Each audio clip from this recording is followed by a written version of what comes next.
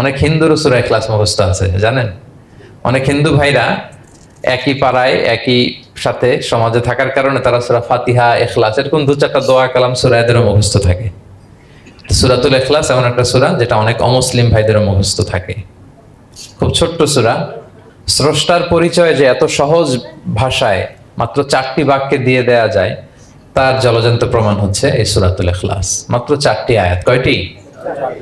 4টি আয়াত দিয়ে আল্লাহ তাআলা স্রষ্টার পরিচয় খুবই চমৎকার ভাবে প্রিসাইজলি তিনি তুলে ধরেছেন। কোরআনের অনেক জায়গায় আল্লাহ তাআলা নিজের পরিচয় দিয়েছেন।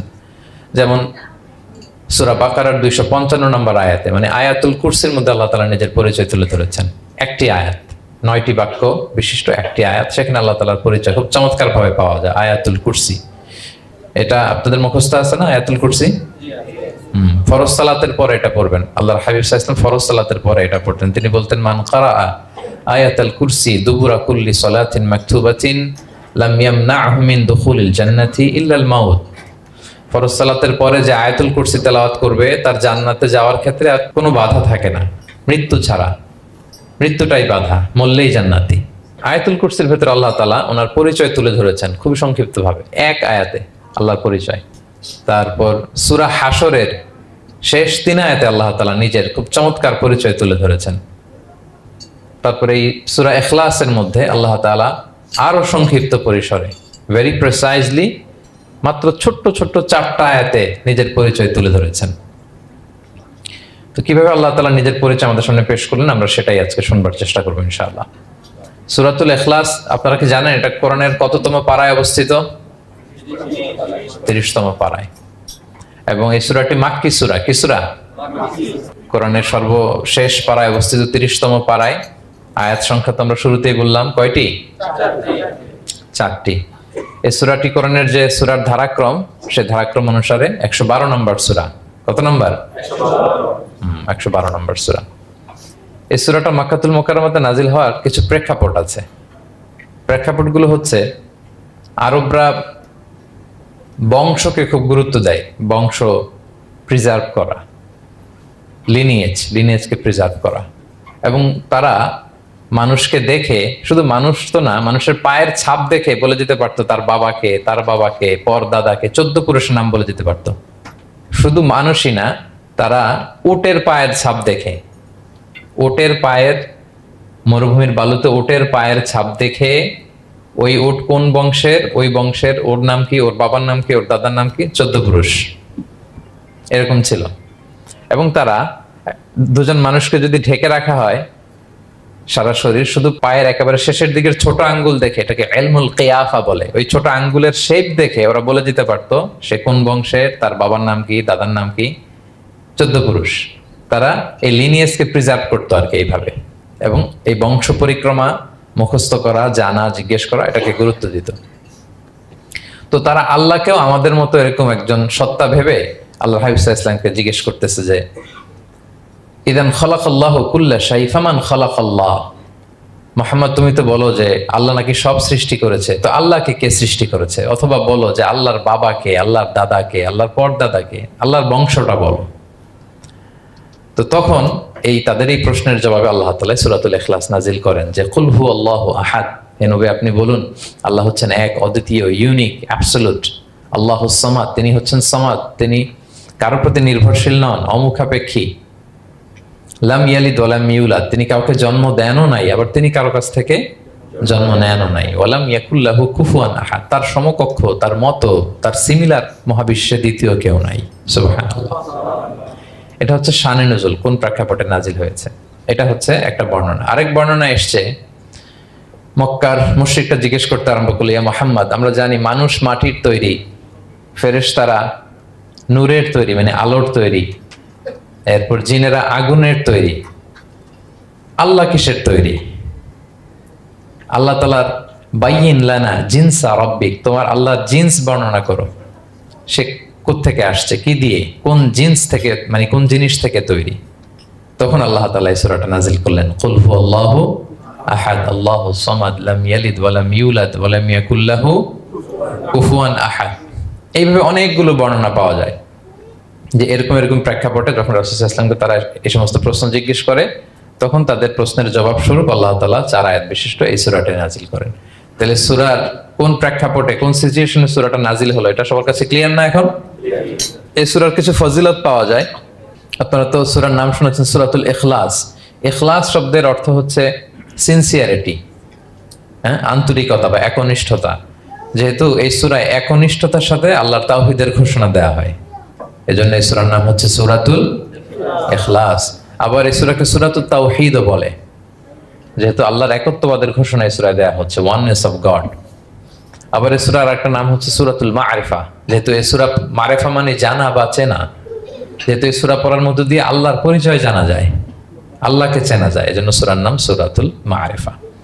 আচ্ছা, এই সূরার অনেক ফজিলত আছে, অনেক ফজিলত। আমরা কয়েকটা ফজিলত আপনাদের সামনে শেয়ার করবো ইনশাআল্লাহ। এই সূরার 1 নম্বর ফজিলত হচ্ছে রাসূল সাল্লাল্লাহু আলাইহি ওয়াসাল্লাম বিভিন্ন সুন্নত নামাজের দ্বিতীয় রাকাতে এই সূরাটা পড়তেন।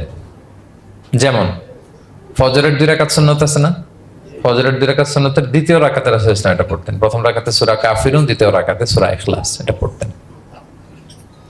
মাগরিবের নামাজের যে সুন্নাত, সেই সুন্নাতেরও দ্বিতীয় রাকাতে আল্লাহর হাবিব সাল্লাল্লাহু আলাইহি ওয়াসাল্লাম এই সূরাটা পড়তেন। তাওয়াফ করার পরে 2 রাকাত নামাজ পড়তে হয়, জানেন? ওই 2 রাকাত নামাজে রাসূল সাল্লাল্লাহু আলাইহি ওয়াসাল্লাম প্রথম রাকাতে সূরাতুল কাফিরুন, দ্বিতীয় রাকাতে সূরাতুল ইখলাস পড়তেন। বিতিরের সালাতের শেষ রাকাতে আল্লাহর হাবিব সাল্লাল্লাহু আলাইহি ওয়াসাল্লাম সূরাতুল ইখলাস পড়তেন। এই মর্মে অনেকগুলো হাসান হাদিস আছে। তাহলে কখন কখন সূরাতুল ইখলাস পড়তেন রাসূল সাল্লাল্লাহু আলাইহি ওয়াসাল্লাম, কোন নামাজে? ক্লিয়ার না? ফজরের 2 রাকাত সুন্নত নামাজের শেষের রাকাতে, মাগরিবের 2 রাকাত সুন্নত নামাজের শেষের রাকাতে, তাওয়াফের পরে যে 2 রাকাত পড়তে হয় শেষের রাকাতে, বিতিরের সালাতের শেষ রাকাতে। এই সূরাটাকে আল্লাহর হাবিব সাল্লাল্লাহু আলাইহি ওয়াসাল্লাম সুলুসুল কোরআন বলেছেন, 1/3 অফ দ্য কিতাব, কোরআনের 3 ভাগের 1 ভাগ। সূরাতুল ইখলাস তা'দিলু সুলুসাল কোরআন, সূরা ইখলাস হচ্ছে কোরআনের 3 ভাগের 1 ভাগ। তার মানে আপনি যদি একবার সূরা ইখলাস পড়েন, কয় পারা তেলাওয়াতের সওয়াব? 2 বার পড়লে, 3 বার পড়লে, 3 বার পড়লে 1 খতম কোরআনের সওয়াব। আলহামদুলিল্লাহ। কেউ কেউ বলেন যেহেতু আল্লাহর একত্ববাদের কথাবার্তা কোরআনে 1/3 মানে 1/3 জুড়ে আছে, সেহেতু সূরাতুল ইখলাস সুলুসুল কোরআন মানে হচ্ছে যে কোরআনের 3 ভাগের 1 ভাগে আল্লাহ যা নিয়ে কথা বলেছে সূরাতুল ইখলাসের ভিতরেই সেটা সংক্ষেপে চলে আসছে। এজন্য এটাকে বলা হয় 1/3 অফ দ্য বুক, কোরআনের 3 ভাগের 1 ভাগ। এটার আরেকটা, এই হাদিসটা মুতাওয়াতির হাদিস, সূরাতুল ইখলাস তা'দিলু সুলুসাল কোরআন, এটা এমন সংখ্যক, বেশি সংখ্যক সাহাবী প্রতিটি জেনারেশনে বর্ণনা করেছে, সাহাবী, তাবি, এই হাদিসের ব্যাপারে কোনো ডাউট তৈরি হয় না, কোনো সাসপিশন তৈরি হয় না। খুবই ভ্যালিড এই হাদিসটা, যেটা কোরআনের 3 ভাগের 1 ভাগ। আচ্ছা, আল্লাহর হাবিব সাল্লাল্লাহু আলাইহি ওয়াসাল্লাম আরেকটা হাদিসে এসেছে, এক সাহাবীকে কোবা পল্লীতে ইমাম করে পাঠিয়েছেন। মদিনা মসজিদে নববীর পাশে একটা মসজিদ আছে, মসজিদে কোবা, সেই মসজিদের ইমাম করে এক সাহাবীকে পাঠিয়েছেন। ওই সাহাবীর একটা অভ্যেস ছিল, উনি প্রত্যেক রাকাতে সূরা ফাতিহার পরেই আগে সূরা ইখলাস পড়তেন। ধরেন প্রথম রাকাতে সূরা ফাতিহার পরে ইখলাস, এরপর একটা সূরা পড়তেন। দ্বিতীয় রাকাতে সূরা ফাতিহার পরে আবার সূরা ইখলাস, এরপর একটা সূরা পড়তেন। ধরেন যে জুমার নামাজ 2 রাকাত, উনি ফাতিহার পরে প্রথমে কোন সূরাটা পড়ে নিতেন, এরপরে অন্য যে কোনো একটা সূরা। দ্বিতীয় রাকাতে সূরা ফাতিহার পরে কোন সূরাটা প্রথমে পড়ে নিতেন? ইখলাসের। এইটাই ওনার স্বভাব। প্রত্যেক নামাজে যদি কোনো ইমাম সাহেব শুধু সূরা ইখলাস পড়ে, একটু খারাপ লাগবে না আমাদের? ওনার মুসল্লিদেরও তাই লেগেছে। ওনারা জিজ্ঞেস করলেন, তুমি এটা কেন করো? এরকম না করে স্বাভাবিকভাবে পড়ো। তো উনি বললেন, না, আমি এইভাবেই পড়বো, আমি যেভাবে পড়তেছি এইভাবেই পড়বো, পড়লে পড়ো, না হলে তোমাদের হিসাব তোমাদের। তো তারা যে রাসূল সাল্লাল্লাহু আলাইহি ওয়াসাল্লামের কাছে বিচার দিল যে, ইয়া রাসূলুল্লাহ, দেখেন একজন ইমাম আপনি আমাদের জন্য নির্ধারণ করেছেন, উনি প্রত্যেক রাকাতে সূরা ইখলাস পড়ে, ইন এভরি সিঙ্গেল রাকা সূরা ইখলাস পড়ে। তো রাসূল সাল্লাল্লাহু আলাইহি ওয়াসাল্লাম তাকে ডাকলেন, ডেকে বললেন, ঘটনা কি? তুমি নাকি এরকম করো, প্রত্যেক রাকাতে ফাতিহার পরে আগে ইখলাস দিয়ে শুরু করো, কেন করো? সে বলতেছে, ইয়া রাসূলুল্লাহ, হ্যাঁ, আমি আসলে এমনটা করে, কারণ আমি এই সূরাটাকে বড্ড ভালোবাসি। কারণ ফিহি সিফাতুর রহমান, এই সূরার ভেতরে আল্লাহর পরিচয় মেলে, আল্লাহর পরিচয় পাওয়া যায়, যেন সূরাটাকে আমি বড্ড ভালোবাসি। রাসূল সাল্লাল্লাহু আলাইহি ওয়াসাল্লাম বললেন, ঠিক আছে, তোমার অভ্যাসের পরিবর্তন করার দরকার নাই, হুব্বুকা ইয়াহা ইউদখিলুকাল জান্নাহ, এই সূরার প্রতি তোমার এই ভালোবাসাই তোমাকে জান্নাতে প্রবেশ করাবে। সুবহানাল্লাহ। আরেক বর্ণনায় এসেছে, তুমি যেমনি আল্লাহর পরিচয় থাকার কারণে সূরাটাকে ভালোবাসো, আল্লাহ জানিয়েছেন যেন তোমাকে জানাই আল্লাহও তোমাকে ভালোবাসে। ফিহি সিফাতুর রহমান, এই সূরার ভেতরে রহমানের পরিচয় পাওয়া যায়, আল্লাহ সুবহানাহু ওয়া তাআলার পরিচয় পাওয়া যায়। তো এই জন্য উনি প্রত্যেক রাকাতে সূরা ইখলাস পড়তেন। আরেকটা হাসান পর্যায়ের হাদিসে পাওয়া যায়, নবম হিজরিতে আল্লাহর হাবিব সাল্লাল্লাহু আলাইহি ওয়াসাল্লাম তাবুক যুদ্ধে অংশগ্রহণ করেছিলেন। আপনারা তাবুক যুদ্ধের নাম শুনেছেন? হ্যাঁ, নিশ্চয়ই শুনেছেন, যারা ইসলামের ইতিহাস, রাসূল ইসলামের বায়োগ্রাফি নিয়ে পড়াশোনা করেছেন। তাবুক হচ্ছে অনেক দূরে মদিনা থেকে, খুব কষ্টের সফর ছিল। তখন খেজুর পেকে সবার ঘরে খেজুর, পাকা খেজুর উঠাতে হবে, আবার প্রচন্ড গরম, আবার সফরের দূরত্ব অনেক বেশি। এই সফরে মূলত কোনো যুদ্ধ সংগঠিত হয়, তাবুক যুদ্ধে কোনো যুদ্ধ হয় নাই। কয়েক সপ্তাহ লাগছে যেতে, কয়েক সপ্তাহ ফিরতে, এতটুকুই। জাস্ট কে পাক্কা ইমানদার আর কারা মুনাফেক, হিপোক্রিট, এটাকে ক্লিয়ার করার জন্য আল্লাহ তাআলা এই যুদ্ধের আহ্বান জানিয়েছেন যে যাও, অ্যাটাক করো, তাবুকে যাও। বিশাল বাহিনী, প্রায় বিশাল একটা বাহিনী যে তাবুকে চলে গেল। রাসূল সাল্লাল্লাহু আলাইহি ওয়াসাল্লাম যখন তাবুক যুদ্ধে ছিলেন, এই অভিযানে ছিলেন, তখন মদিনায় এক সাহাবী ইন্তেকাল করেন, নাম হচ্ছে মুআবিয়া ইবনে মুআবিয়া আল মুজহানি। তো উনি ইন্তেকাল যখন করলেন, রাসূল সাল্লাল্লাহু আলাইহি ওয়াসাল্লাম তো এত দূর থেকে এটা জানতেন না। জিবরাইল আলাইহিস সালাম এসে বললেন, ইয়া রাসূলুল্লাহ, মদিনাতে আপনার সাহাবী মুআবিয়া ইন্তেকাল করেছে। মুআবিয়া ইবনে আবি সুফিয়ান একজন সাহাবী আছে, উনি নয়, মুআবিয়া ইবনে মুআবিয়া আল মুজহানি। তখন বললেন, ইয়া রাসূলুল্লাহ, আপনি এই 30,000 সাহাবী নিয়ে এখানেই মরুভূমির মধ্যেই তার গায়েবানা জানাজা পড়েন, আমরাও আছি আপনার সাথে, আমরাও শরীক হব। রাসূল সাল্লাল্লাহু আলাইহি ওয়াসাল্লাম এত দূরে তাবুক থেকেই মুআবিয়া ইবনে মুআবিয়া আল মুজহানি রাদিয়াল্লাহু তাআলা আনহুর গায়েবানা জানাজায় শরীক হলেন। এই গায়েবানা জানাজায় সাহাবাদের সাথে ফেরেশতারাও শরীক হয়েছিলেন, দুই কাতারে, পেছনে দুই কাতার, প্রতি কাতারে 70,000 ফেরেশতা। জানাজা শেষে, দোয়া শেষে আল্লাহর হাবিব সাল্লাল্লাহু আলাইহি ওয়াসাল্লাম বললেন যে, জিবরিল, ঘটনা কি? মুআবিয়ার এত স্ট্যাটাস, এত মর্যাদা, কি কারণে তুমি দুই কাতারে 70,000 হলে 1,40,000 বিশাল ফেরেশতাদের বহন নিয়ে তুমি জানাজায় জয়েন করলে, কারণ কি? কি তার মর্তবা? তো জিবরাইল আলাইহিস সালাম বললেন, ইয়া রাসূলুল্লাহ, আপনার সাহাবী মুআবিয়ার বৈশিষ্ট্য ছিল তিনি কাইমান আও কাঈদান, দাঁড়িয়ে অথবা বসে, মাশিয়ান আও রাকিবান, আরোহণ অবস্থায় অথবা চলন্ত অবস্থায়, উঠতে বসতে চলতে ফিরতে সব সময় সে পড়তে থাকতো কুল হুয়াল্লাহু আহাদ আল্লাহুস সামাদ লাম ইয়ালিদ ওয়া লাম ইউলাদ ওয়া লাম ইয়াকুল লাহু কুফুয়ান আহাদ। এই সূরাটা ছিল তার ডেইলি ওজিফা, সব সময় উঠতে বসতে চলতে ফিরতে কোন সূরা পড়তো? সূরা ইখলাস পড়তো। এজন্য আল্লাহ তাআলার আদেশে আমরা 1,40,000 ফেরেশতা নিয়ে তার জানাজায় শরীক হয়েছে। সুবহানাল্লাহি বিহামদি। তাহলে বুঝতে পারতেছেন এই সূরার মর্তবা কতটা পছন্দনীয় সূরা আল্লাহর কাছে। যদিও ছোট, আয়াত কয়টা? কিন্তু আল্লাহর কাছে এটার ফজিলত অনেক বেশি। প্রিয় ভাইরা, শুধু এখানেই শেষ নয়, আল্লাহর হাবিব সাল্লাল্লাহু আলাইহি ওয়াসাল্লাম সকালে, সন্ধ্যায়, ফজরের পরে, মাগরিবের পরে এবং বিছানায় ঘুমোতে যাওয়ার আগে তিনি সূরাতুল ইখলাস, সূরা ফালাক, সূরা নাস পড়ে হাতের মধ্যে ফু দিতেন, দুই হাত একসাথে মিলিয়ে এরকম ফু দিয়ে মাথা থেকে বডিতে যতটুকু সম্ভব তিনি মাসে করতেন। 3টা সূরাই শুরু হয়েছে কুল দিয়ে, এজন্য 3 সূরাকে একসাথে বলে কুল আস-সালাসা, মানে 3 কুল। এই 3 কুল তিনি ফজরের পর, মাগরিবের পর আর বিছানায় ঘুমোতে যাওয়ার আগে পরে হাতে ফু দিয়ে সারা গায়ে মেসেজ করতেন। আপনারা করেন? হ্যাঁ, অভ্যাসটা, ওজিফাটা আছে তো আপনাদের, না? করবেন এটা। এটা special protection, you will get a special protection from Allah সুবহানাহু ওয়া তাআলা। অনেকে দেখবেন ব্ল্যাক ম্যাজিক করে, ব্ল্যাক ম্যাজিক কিন্তু সত্য, ম্যাজিক করে, সেহের করে আপনাকে দুর্বল করে ফেলবে। স্বয়ং আল্লাহর হাবিব সাল্লাল্লাহু আলাইহি ওয়াসাল্লামকে সেহের করা হয়েছিল। উনি কয়েক মাস স্ত্রীদের সাথে ফিজিক্যাল ইন্টিমেসিতে যেতে পারতেন না, এত দুর্বল হয়ে গেছিলেন। লাবিদ ইবনুল আসাম নামে এক ইহুদি মিত্র, সে জাদু করেছিল রাসূল সাল্লাল্লাহু আলাইহি ওয়াসাল্লামকে। ওনার মাথার চুল চিরুনির ভেতর 11টা গিট দিয়ে সেই ব্ল্যাক ম্যাজিক করেছে। নবী সাল্লাল্লাহু আলাইহি ওয়াসাল্লাম কয়েক মাস অসুস্থ ছিলেন। পরে সূরা ফালাক নাস যখন নাজিল হয় তখন আল্লাহ তাআলা রাসূল সাল্লাল্লাহু আলাইহি ওয়াসাল্লামকে সুস্থ করে দিলেন। সাহাবীদেরকে নিয়ে এক কুয়ার নিচ থেকে, চিরুনি থেকে এই গিটগুলো খুলে খুলে রাসূল সাল্লাল্লাহু আলাইহি ওয়াসাল্লাম 11টা আয়াত তেলাওয়াত করলেন। রাসূল সাল্লাল্লাহু আলাইহি ওয়াসাল্লামকে সুস্থ করে দিল কে? আল্লাহ সুবহানাহু ওয়া তাআলা শিফা নসিব করলেন। তার মানে ব্ল্যাক ম্যাজিক সত্য, সিহির করে মানুষ।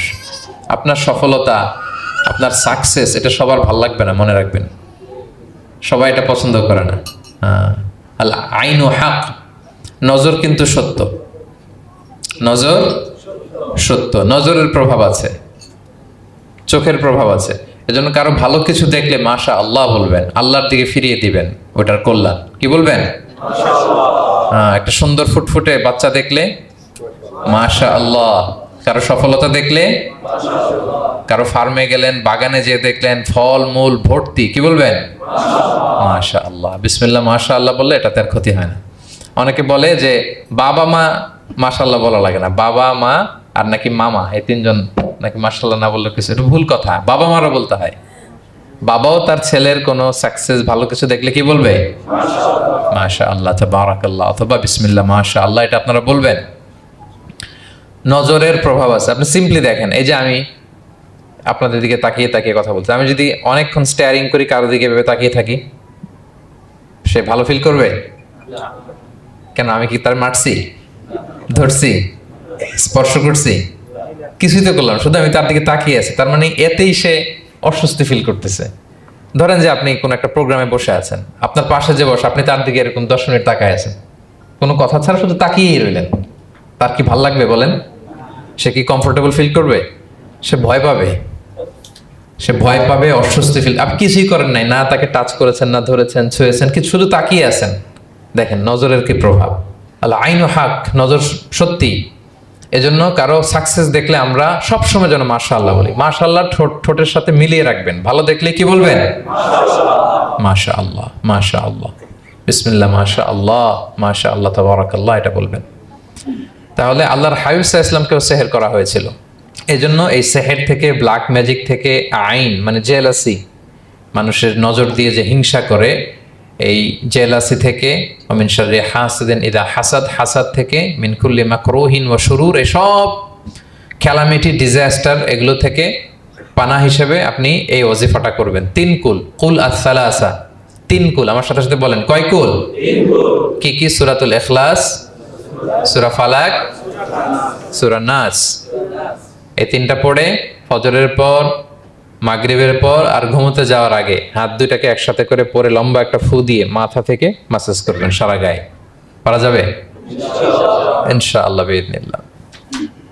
এবং আম্মা জান আয়েশা রাদিয়াল্লাহু তাআলা আনহা বলতেন, আমি যখন কখনো অসুস্থ হয়ে যেতাম, অসুস্থ হলে রাসূল সাল্লাল্লাহু আলাইহি ওয়াসাল্লামকে যে যখন কমপ্লেন করি, ইয়া রাসূলুল্লাহ আমি তো অসুস্থ, রাসূল সাল্লাল্লাহু আলাইহি ওয়াসাল্লাম আমাকে এই আমলটা করতে বলতেন।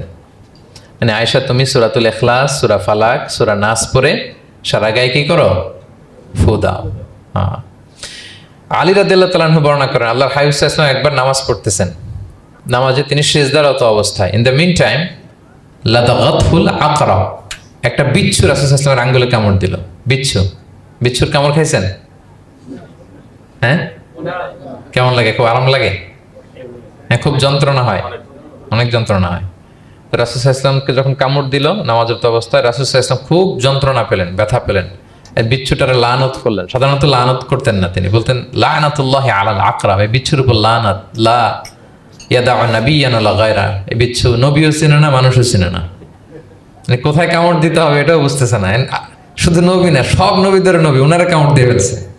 তো আল্লাহর পক্ষ থেকে পরীক্ষা ছিল, কেয়ার করা। উনি ভর্ৎসনা করলেন, লানত করে বললেন, নবীও চিনস না, মানুষও চিনস না, কামড় দিয়ে খুব কষ্ট পাচ্ছেন তিনি। তো আল্লাহ হাবিব সাল্লাল্লাহু আলাইহি ওয়াসাল্লাম বললেন, যাও গরম পানি আর লবণ নিয়ে আসো, এনে এটার মধ্যে ঢালো। তো ঢালতে আরম্ভ করলো। লবণ কিন্তু খুবই ব্যথানাশক, painkiller, natural painkiller. এটার মধ্যে সোডিয়াম ক্লোরাইড আছে, তো এটা গরম করে লবণ মিশিয়ে দিলে যে কোনো ব্যথাটা সাথে সাথে ভালো হয়ে যায়। রাসূল ইসলাম বললেন ঢালো। ঢালতেছে, রাসূল ইসলাম পড়তেছেন কুল হুয়াল্লাহু আহাদ আল্লাহুস সামাদ লাম ইয়ালিদ ওয়া লাম ইউলাদ ওয়া লাম ইয়াকুল লাহু কুফুয়ান আহাদ বলে ফু দিচ্ছেন আর ঢালতেছে। ঢালাও শেষ, আঙ্গুলের ব্যথাও শেষ। তাহলে রাসূল সাল্লাল্লাহু আলাইহি ওয়াসাল্লামের একটা চিকিৎসা পদ্ধতি আপনারা জানলেন, তিব্বে নাবাবী, যে সাপ বিচ্ছু কিছু দংশন করলে ওখানে কুসুম ওয়ার্ম ওয়াটার, লবণ দিয়ে ওয়ার্ম ওয়াটার করে সেখানে ঢালতে হবে। আর কোন সূরা পড়তে হবে? কুল হুয়াল্লাহু আহাদ আল্লাহুস সামাদ লাম ইয়ালিদ ওয়া লাম ইউলাদ ওয়া লাম ইয়াকুল লাহু কুফুয়ান আহাদ, এটা পড়তে হবে। তাহলে এই সূরার ফজিলত কি জানতে পেরেছেন আপনারা? ক্লিয়ার তো না? আমি রিপিট করি, কি কি ফজিলত বললাম।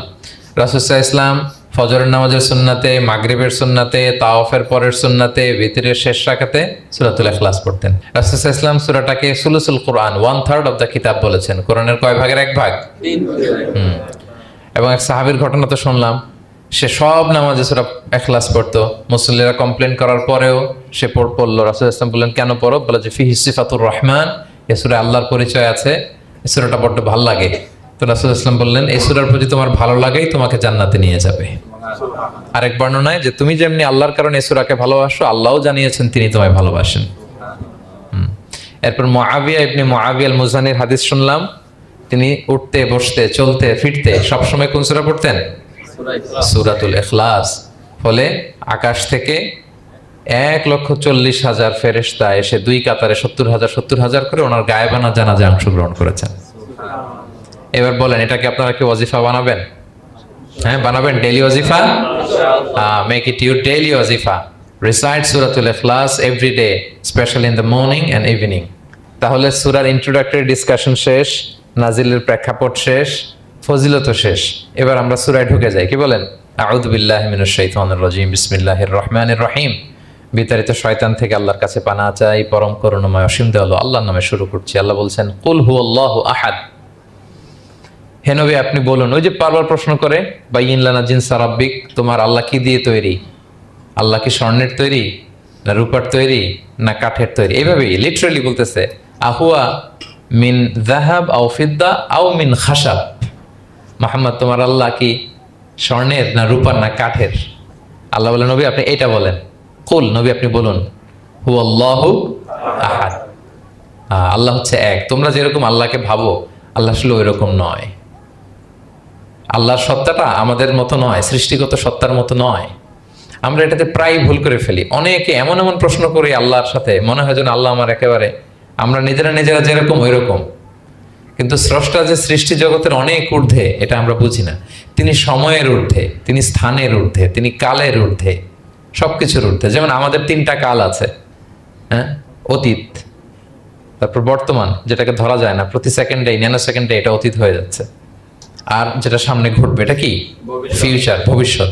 তা আল্লাহরও কি এরকম অতীত বর্তমান ভবিষ্যৎ আছে? সময়টা আমাদের জন্য, উনি তো সময়ের স্রষ্টা, ওনার সাথে আপনি সময় সেট করতে পারবেন না, উনি সময়ের ঊর্ধ্বে। ফলে উনি এই ইবলিস যে আদেশ ভঙ্গ করা, আদম আলাইসাল্লাম এবং হাওয়া আলাইসাল্লাম পৃথিবীতে আসা, নূহ, দাউদ, হুদ, সালেহ থেকে শুরু করে এই একের পর এক নবী, শেষ নবী, বর্তমান সময়, ভবিষ্যৎ, দাজ্জাল, কিয়ামত, সব তিনি অ্যাট এ গ্ল্যান্সে দেখেন, একবারে ওনার চোখের সামনে। আমাদের মতো অতীত বর্তমান ভবিষ্যৎ ওনার নাই। আমরা যেমনি ভাব প্রকাশের জন্য ভাষা লাগে, এই যে আমি বাংলায় কথা বলতেছি আপনারা বুঝতেছেন, হ্যাঁ, মালাইরা যারা মালাইতে কথা বলে, ইংলিশরা ইংরেজিতে কথা, চাইনিজে কথা বলে, ভাষা, উনি ভাষার স্রষ্টা, ফলে ওনার ভাষাও লাগে না। কিন্তু উনি বোঝানোর জন্য একটা ভাষা ইউজ করে আমাদের জন্য সহজ করে দিয়েছেন।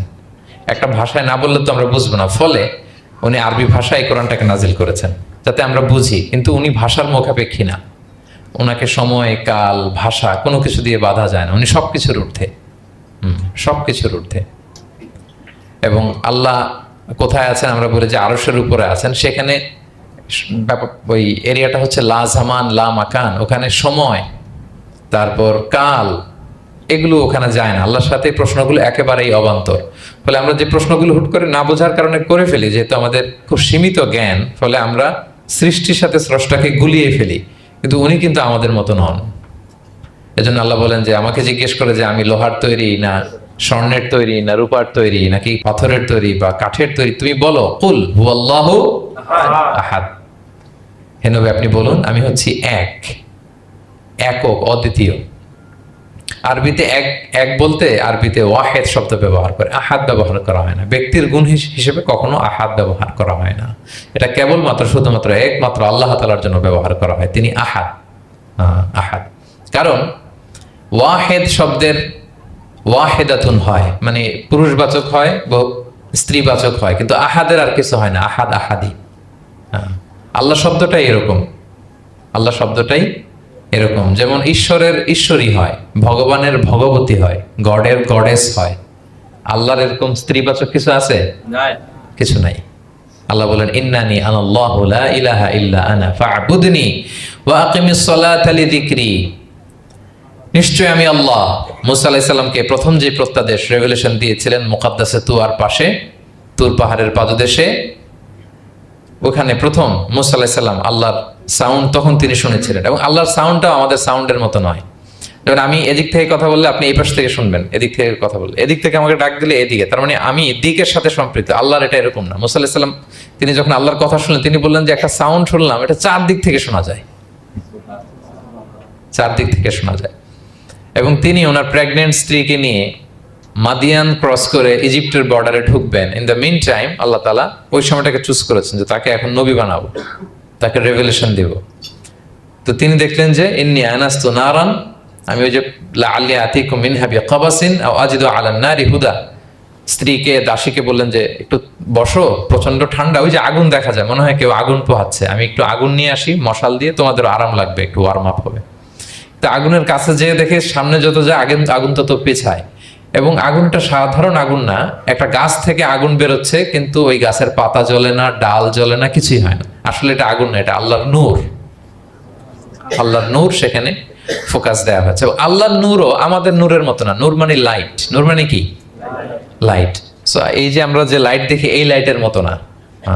কারণ আল্লাহর এই নূরের কাবার দেয়া হচ্ছে আবার নূরের পর্দা দিয়ে। পর্দা দেয়া হয় সাধারণত আলোকে আটকানোর জন্য, কিন্তু আল্লাহর যে পর্দা, হিজাবের কথা বলা হয়েছে, ওই পর্দাটাও আলোর পর্দা। আমাদের সাথে মিলালে হবে? আমরা ঘরে পর্দা টাঙাই কি থামাতে বলেন তো? আলো থামাতে। আর আল্লাহর যে হিজাব পর্দাগুলো কিসের? আলোর, নূরের। সো কশ্চিন কালেও আপনি সৃষ্টির সাথে স্রষ্টাকে মিলাবেন না। আমরা ভুল করে অনেক সময় এরকম অবান্তর প্রশ্নগুলো করি।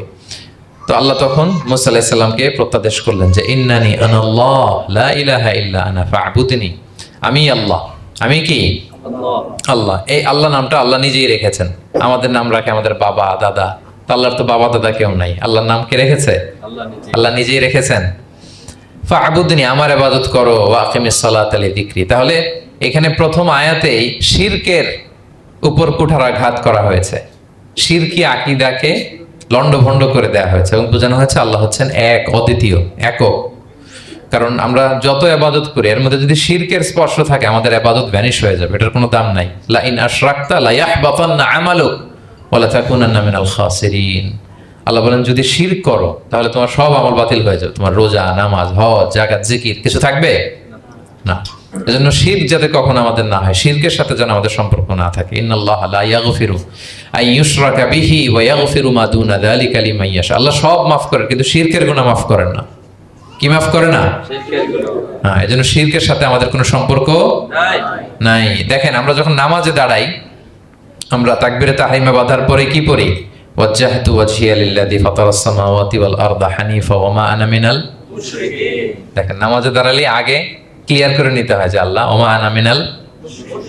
এই যে লক্ষ লক্ষ হাজী সাহেবরা যায় ইজহার রেদা পরে, ওখানে কি পড়ে? লাব্বাইক আল্লাহুম্মা লাব্বাইক লাব্বাইক লা শারীকা লাক লাব্বাইক। আগে হিসাব ক্লিয়ার যে আল্লাহ শিরকের সাথে ছিটেফোঁটা সম্পর্ক আমাদের নাই। আমরা একনিষ্ঠভাবে তোমার ইবাদত করি। তাহলে সূরাতুল ইখলাস বেসিক্যালি তাওহীদের একনিষ্ঠ ঘোষণার নাম, যেটার প্রথম আয়াত আল্লাহ তাআলা নবীকে বললেন যে হে নবী আপনি আমার পরিচয় দিয়ে দেন, আপনি বলুন কুল হুয়াল্লাহু আহাদ, আমি এক, একক, অদ্বিতীয়। কুল হুয়াল্লাহ, নবী আপনি বলুন তিনি হচ্ছেন আল্লাহ এবং তিনি হচ্ছেন আহাদ। আল্লাহ নামটার অনেক ভাবে কোরআনে পরিচয় দিয়েছেন। আল্লাহ আলিফ লাম, লাম আলিফ ছাড়া, লিল্লাহ দিয়ে, লাম ছাড়া, লাহু দিয়ে, আপনি যেভাবেই বলবেন সেভাবে আল্লাহর পরিচয় পাওয়া যায়। লিল্লাহি মা ফিস সামাওয়াতি ওয়া মা ফিল আরদ, কোরআনের অনেক আয়াতে এসেছে। লাম বাদ দিয়ে দিলে লাহুল মুলকু ওয়া লাহুল হামদু হুয়া আলা কুল্লি শাইইন কাদির। লাম বাদ দিয়ে দিলে হা দিয়ে আল্লাহর পরিচয় দিয়েছেন, হুয়া দিয়ে পরিচয় দিয়েছেন, হুয়াল্লাহুল্লাযী লা ইলাহা ইল্লাহু। তাহলে যেভাবে আপনি পরিচয় খুঁজতে যাবেন সেখানে আল্লাহর পরিচয় পাওয়া যাবে। আল্লাহ তাআলা বলছেন হুয়াল আউয়ালু ওয়াল আখিরু ওয়াল যাহিরু ওয়াল বাতিন ওয়া হুয়া বিকুল্লি শাইইন আলিম। তিনি প্রথম, তিনি শেষ, তিনি প্রকাশ্য, তিনি গোপন। তিনি প্রথম মানে কি? তিনি সূচনাহীন অতীত থেকে আছেন। দেখেন আমাদের সাথে মিলে না। আমাদের অতীতের একটা সূচনা থাকে, কি বলেন, আমার জন্মের একটা স্টার্টিং পয়েন্ট আছে না, যে এখান থেকে আমার অস্তিত্ব শুরু, এত সালে আমি, এত সালে আপনি। তার মানে আমাদের একটা স্টার্টিং আছে তো নাকি? আল্লাহ স্টার্টিং কবে থেকে বলেন? কবে থেকে যে এই সময় থেকে উনি আল্লাহ বলেন? Nobody knows, কারণ হুয়াল আউয়াল, এই আউয়াল মানে এমন শুরু, সূচনাহীন শুরু, এমন শুরু যেটার কোনো কি নাই, সূচনা নাই। আবার সীমাহীন ভবিষ্যৎ পর্যন্ত তিনি থাকবেন। কতদিন তার রাজত্ব, ক্ষমতা, সভরেন্টি, পাওয়ার থাকবে? কতদিন বলেন? সীমাহীন, এটার কোনো শেষ নাই। ওয়াল আউয়াল ওয়াল আখির ওয়াল যাহির ওয়াল বাতিন। এবং সবকিছু ধ্বংস হবে তিনি ছাড়া। কুল্লু মান আলাইহা ফান ওয়া ইয়াবকা ওয়াজহু রাব্বিকা যুল